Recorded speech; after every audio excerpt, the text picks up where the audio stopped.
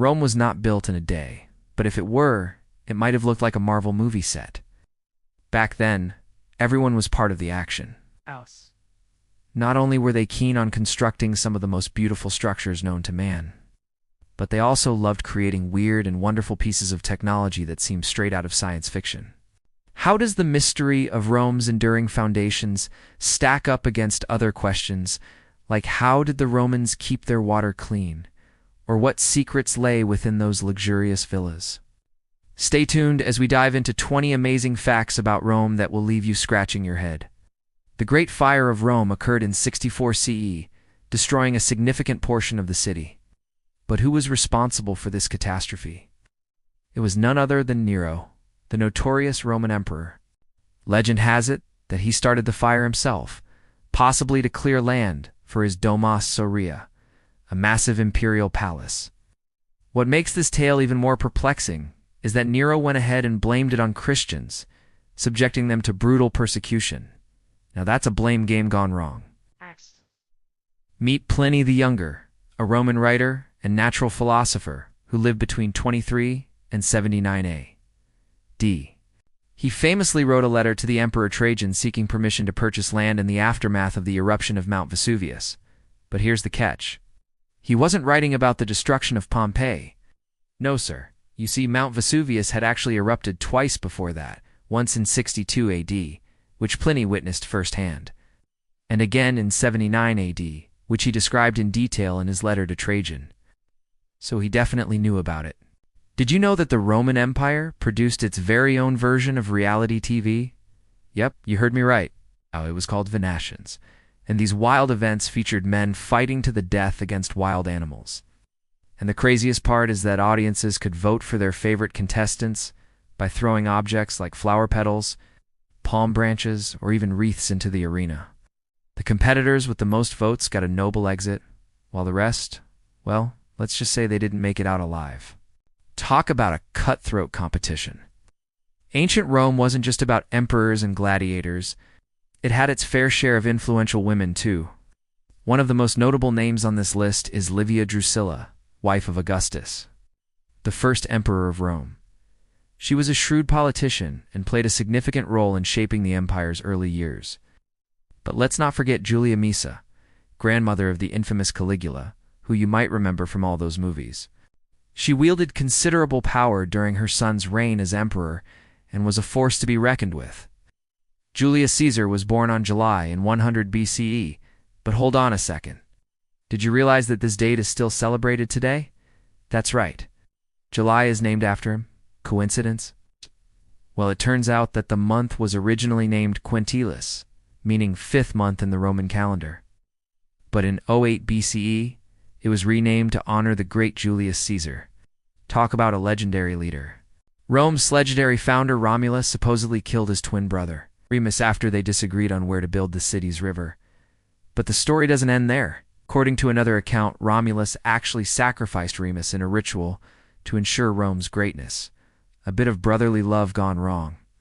Meet Romulus, the legendary founder of Rome, who, according to tradition, was raised by a she-wolf after being abandoned as a baby. But let's shift our focus to King Numa Pompilius, second king of Rome. He introduced several religious practices and founded the Roman College of Pontiffs, a group of priests responsible for interpreting the divine will. But the kicker is that we do not know much about him, because the scant historical records paint an incomplete picture. Emperor Commodus, who took the throne in 177 CE, was a total drama queen. He insisted that people call him Hercules, the Roman demigod, and even went as far as dressing up as the god and appearing in taxicabs, believe it or not. But when his mother, Faustina the Younger, passed away, he threw tantrums, refusing to accept her death. Commodus, who was portrayed by Joaquin Phoenix in the movie Gladiator, was indeed a character. When you think of ancient Rome, images of bustling markets, chariots, and crowds come to mind. But did you know that Rome had designated market days to manage the chaos? Yep, you heard me right. Markets were only open 4 days a week, with specific days allocated to specific commodities. Meat was sold on Mondays, grains on Tuesdays, and livestock on Wednesdays and Saturdays. The rest of the week, the markets were closed. Imagine trying to explain that to someone who needs to shop online every day. In ancient Rome, people didn't have Netflix or TikTok to keep them entertained, so they turned to chariot racing for their fix. Chariot races were held at the Circus Maximus, where teams of horses pulled chariots around a racetrack. But things could get pretty intense. Spectators often placed bets and emotions ran high. Just imagine the scene.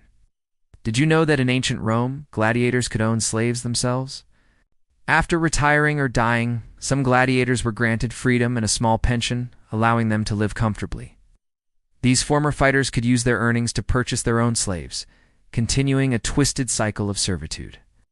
Rome's aqueducts were incredible feats of engineering, bringing fresh water into the city, but what happened to the wastewater? No worries. Rome had that covered too, with a sophisticated sewage system called the Cloaca Maxima. This network of tunnels and sewers carried away domestic and industrial waste, keeping the city clean. One of Rome's most famous landmarks is the Colosseum, an oval amphitheater that hosted gladiatorial combats, animal hunts, and even executions. But how did they keep the crowds safe during these bloody spectacles? You'd be surprised to learn that spectators sat in tiered rows separated by arches and columns, providing ample space and visibility. In ancient Rome, emperors were considered divine, but it wasn't always smooth sailing. The Julio-Claudian dynasty faced its fair share of challenges. Caligula, notorious for his excesses, was assassinated in 41 CE, but his great-grandfather, Augustus, had some turbulent times too. Despite his many accomplishments, he faced revolts, civil wars, and even assassination attempts during his reign. Hey, speaking of emperors, have you heard the tale of Emperor Nero's wife Poppaea Sabina? She was a real schemer. After Nero decided to marry his new flame, Sporus Poppaea pretended to be pregnant by him instead of Nero, and when Nero bought her a villa, she had it remodeled to look like a boat. Talk about a captain of industry. Emperor Hadrian, who ruled from 117 to 138 CE, was a bit of a homebody. Despite conquering parts of Britain, he spent most of his time back in Rome. He preferred enjoying luxury and indulging in his pleasures rather than conquering more land. In ancient Rome, senators weren't just respected politicians, they were also eligible bachelors. It was common for them to remain unmarried, focusing on their careers in public service. However, when they did decide to tie the knot, it was a grand affair with elaborate ceremonies and celebrations. If you want to learn more about the fascinating history of ancient Rome, stay tuned for more updates. Don't forget to like and subscribe for more thrilling adventures. See you next time.